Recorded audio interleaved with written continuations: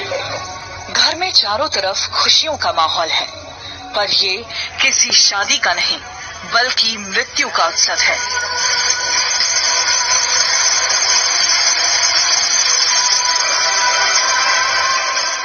इस धर्म में ऐसी मान्यता है कि इच्छा से प्राण त्यागने पर मोक्ष मिलता है।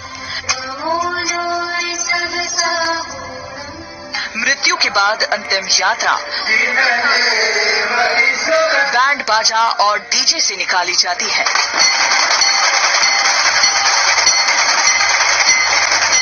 आज दैनिक भास्कर की सीरीज पंथ में देखिए, जैन धर्म में इच्छा से देह त्यागने की प्रथा, संथारा की कहानी।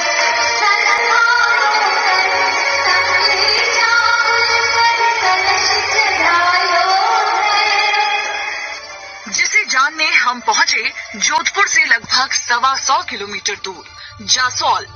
संथारा लेना इतना आसान नहीं है। 2 रात और 3 दिन के लिए मैंने खुद गुलाबी देवी को देखा है, लेकिन जैन समुदाय का कहना है कि वो जो वेदना होती है उस वेदना से बुरे कर्म करते हैं और आखिरी समय में के भाव से मरता है, उसे अगला जन्म वैसा ही मिलता है। संथारा, जिसे सल्लेखना, समाधि मरण, इच्छा मरण और संन्यास मरण भी कहा जाता है। जैन धर्म में कोई भी व्यक्ति या जैन मुनि साध्वी उम्र के अंतिम पड़ाव पर या बीमारी से ग्रस्त होने पर जैन मुनि की इजाजत के बाद संथारा ले सकते हैं। जैन दर्शन में जीने की कला सिखाई है तो उससे ज्यादा मृत्यु की कला सिखाई गई है कि व्यक्ति का मरण कैसा होना चाहिए, और हमारा पूरा जीवन मरण पे निर्भर है।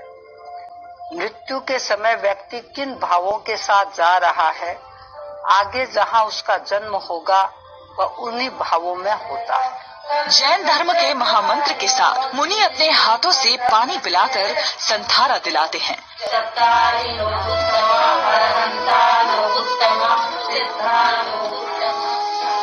जिसे पचखाना भी बोला जाता है। मुनि के साथ त्याग बोलते ही संथारा शुरू हो जाता है।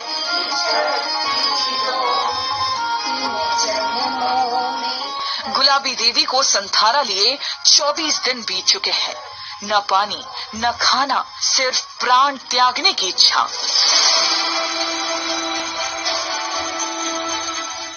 रिश्तेदार सहित कई लोग मिलकर आशीर्वाद ले रहे हैं।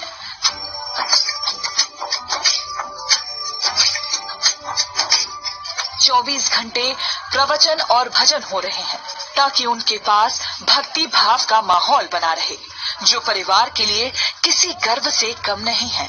माता पिता को खोना तो बेटी से बढ़कर और कोई जानता ही नहीं है कि ये दुख होता क्या है, मगर खुशी इस बात की है कि वो हमारे माता पिता है और जिस माँ की कुक्षी में मैं रही हूँ, 9 महीने उनकी कोख में मैंने निकाले, वो माँ आज मोक्ष के मार्ग पर जा रही है। हमें भी वो ऐसा आशीर्वाद दे कि हमारा अंतिम समय ऐसा है, हम भी संतारा करें। गुलाबी देवी और उनके पति पुखराज दोनों ने एक साथ संथारा लिया था। 17वें दिन पति को मोक्ष प्राप्त हुआ, जबकि गुलाबी देवी का संथारा अभी तक जारी है।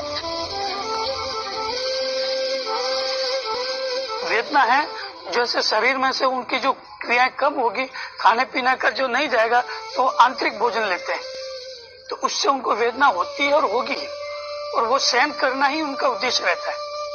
गुलाबी देवी की इच्छा है कि उनकी अर्थी यानी बैकुंठी घर के अंदर से ही निकाली जाए, क्योंकि ताउम्र वे इसी घर में रही। मैं कुछ भी नहीं देखा, मेरे तो संतारा करके जीव से दारना, कुछ भी नहीं, बेटा नहीं, वो भी नहीं, मेरी भावना वो नहीं है, बेटा नहीं है, कुछ नहीं है। 10 साल हो गया मेरे, अब गुरुदेव की कृपा हमारे सन्नों में एकदम मेरा बेड़ा पार हो जाएगी। 3 प्रकार से लिए जाने वाले संथारा का जिक्र जैन धर्म ग्रंथ आचार अंग सूत्र और उत्तराध्ययन में मिलता है। पहला, भक्त प्रत्याख्यान। इसमें अन्न और जल का त्याग कर व्यक्ति घर के बाहर जाने के साथ किसी से अपने कामों में मदद ले सकता है।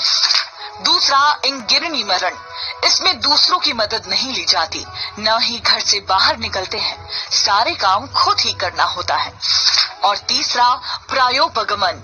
इसमें अनशन स्वीकार कर संथारा ग्रहण करने वाला व्यक्ति उसी अवस्था में रहता है जिसमें उसने त्याग किया है। जैन दर्शन में कहा गया, जिस लेशा में व्यक्ति की मृत्यु होती है उसी लेशा में व्यक्ति का जन्म होता है। तो यदि अंतिम समय में भाव अच्छे हैं, इसका मतलब उसका नेक्स्ट बर्थ जहाँ भी होने वाला है वह अच्छी जगह होने वाला है। जैन धर्म में संथारा से मृत्यु होने पर पार्थिव शरीर को पद्मासन पर बैठाकर अंतिम यात्रा निकाली जाती है, जिसमें सभी लोग तैयार होकर शमशान तक जाते हैं।